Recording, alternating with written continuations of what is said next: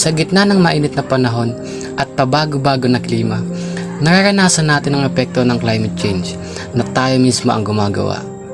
Pilipinas, isang bansa na sagana sa mga magagandang tanawin, mapaanyong tubig man o anyong lupa. Isa ito sa dinadayo ng mga turista. At isa na rito ang Mahayahay Spring Resort na matatagpuan sa Malinaw, Libmanan, Camarines Sur. Tara na at tukasin natin ang angking ganda nitong natural spring resort.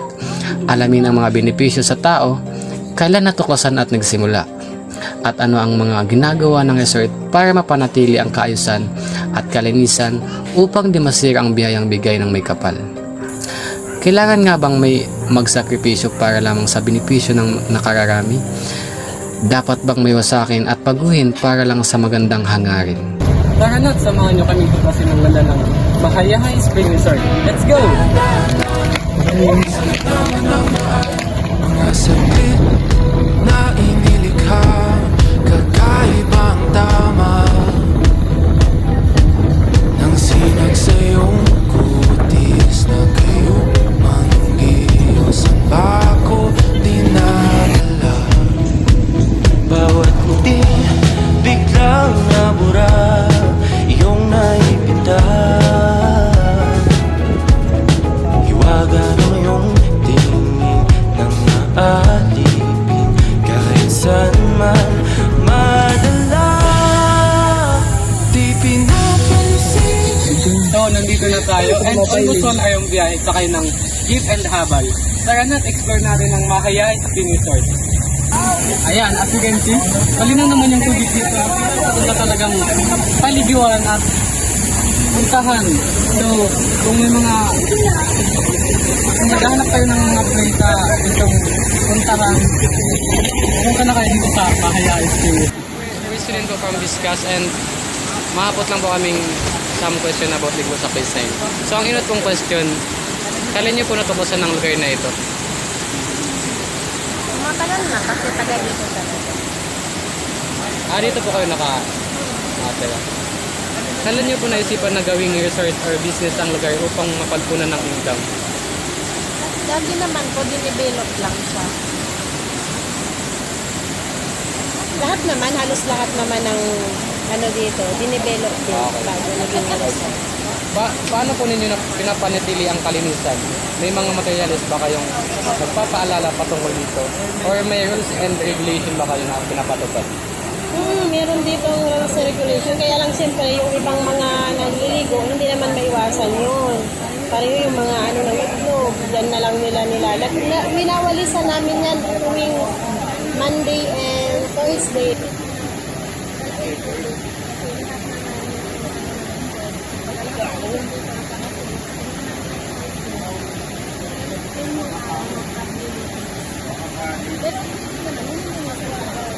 May ano dito, may sweeper, may taga-walis, umaga and afternoon, pagluwasan ng mga...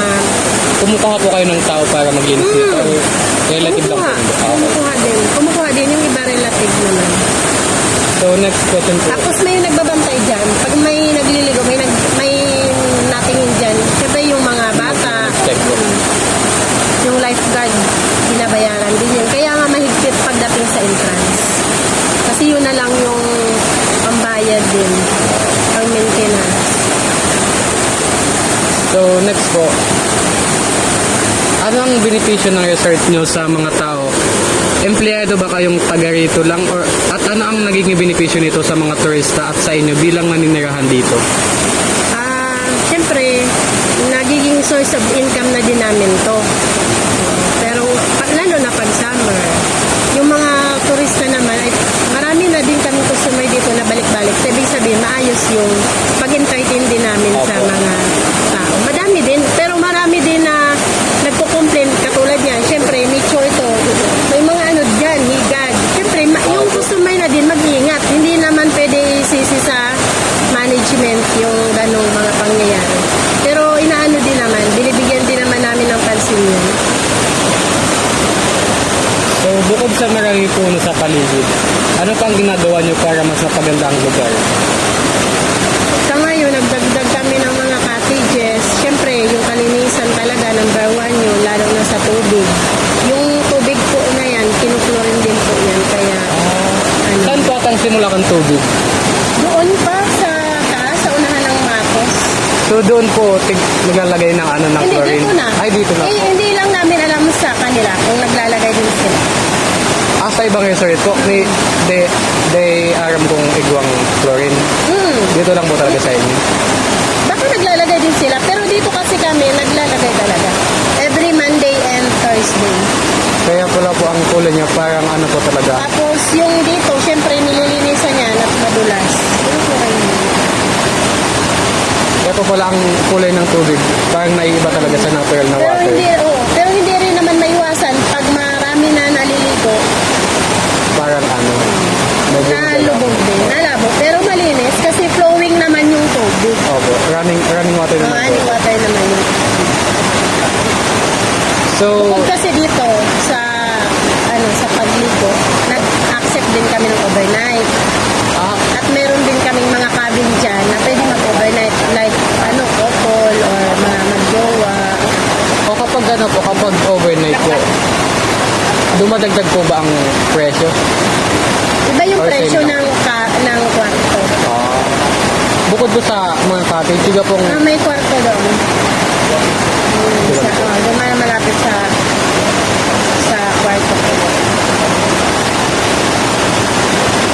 so 24/7 po na bukas eh. 24/7 naman pag may customer. Kasi So- yung mga nag-overnight dito, hindi naman pwedeng walang bantay. Sabagay. Nagbabayad din na naman ulit ng magbabantay. Opo. Pwede maligo dito ng gabi kasi may mga Yung mga ilaw. ilaw yan. Pero ate, safe naman po ba kapag gabi dito? Safe naman dito. Wala naman, mula nung na-develop tong Mahayahay, wala naman incident dito na nag-aaway-away, wala naman, na customer, wala naman. Pero minsan, meron din talagang konti, pero naagapan naman. In terms, Kasi may mga customer kaya, like naka sa ibang cottage, yung sa kabilang cottage, papakialaman nila, nangungursunada. Hindi naman siya maiwasan sa mga ganitong lugar.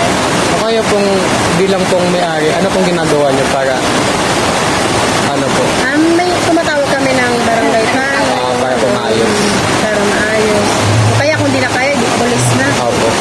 Tsaka dito, ang pinaganda dito, meron tong partnership dyan sa Kagurin, sa mga sa sundalo. Kaya, kahit pa paano, So, safe po talaga safe dito. talaga. Tsaka wala na dito, katulad mga MTA, wala na. In terms of accident po, may nangyari na po ba any accident? Wala naman. Wala naman. Wala naman dito. Wala. So, naapektahan po ba kayo ng bagyo? Like yung nakaraang bagyo po. Oo naman, sa pagbaha lang, nagbaha, so walang customer. Paano po kayo nagsimula ulit? Dito kasi kahit magbagyo, available naman yung mga rooms kung meron. Kahit pa nakaka-survive naman. After po ng bagyo, malinis pa rin po ba yung Oo, tubig? Malinis naman yan. Pag natapos na yung bagyo, natanggal na yung baha, okay na ulit. Mabilis lang po humupa. Mabilis. Kasi running water na Sabagay. siya. So, last question po.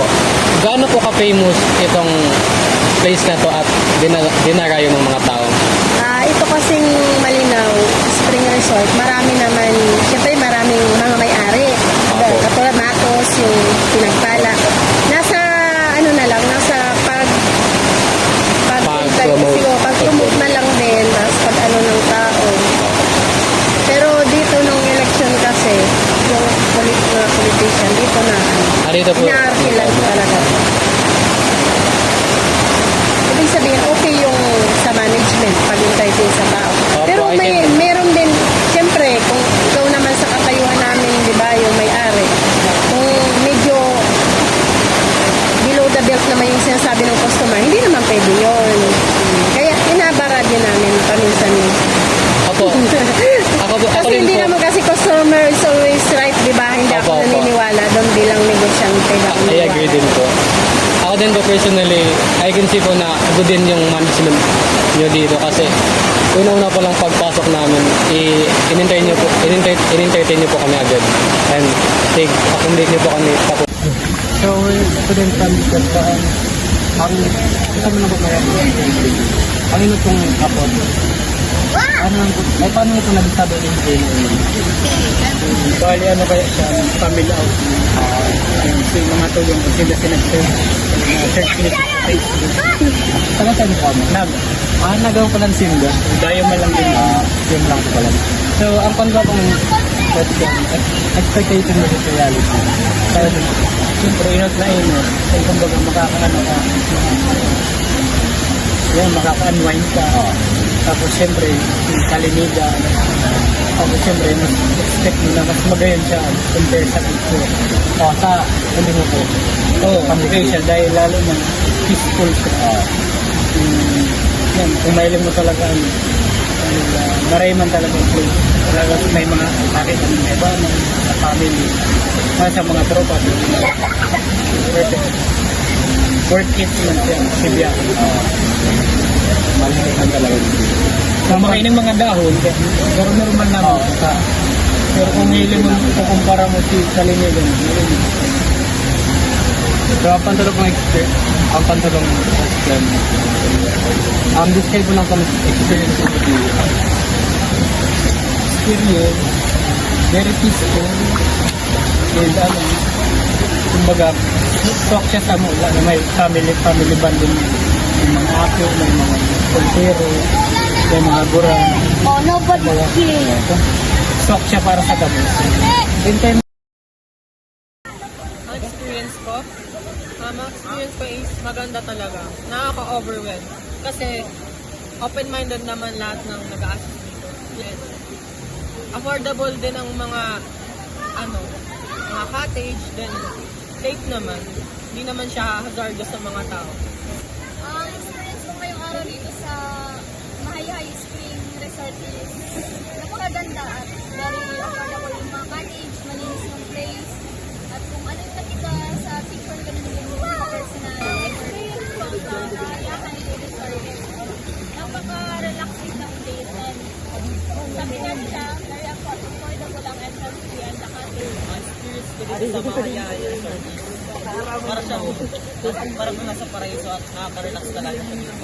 Ang experience ko di kukurang stress. Tapos hindi nga na yan, nakaka-relax. Ang experience ko dito is very chill out. Ang experience ko, napakaganda. Kasi lalo na sa napakagandang tanawin at napaka-natural na maraming mga puno. ako, masabi kong 5 star kasi very friendly yung may sarili nito and napakaganda dito sa restaurant. Mga saglit na inilikha, kakaibang tama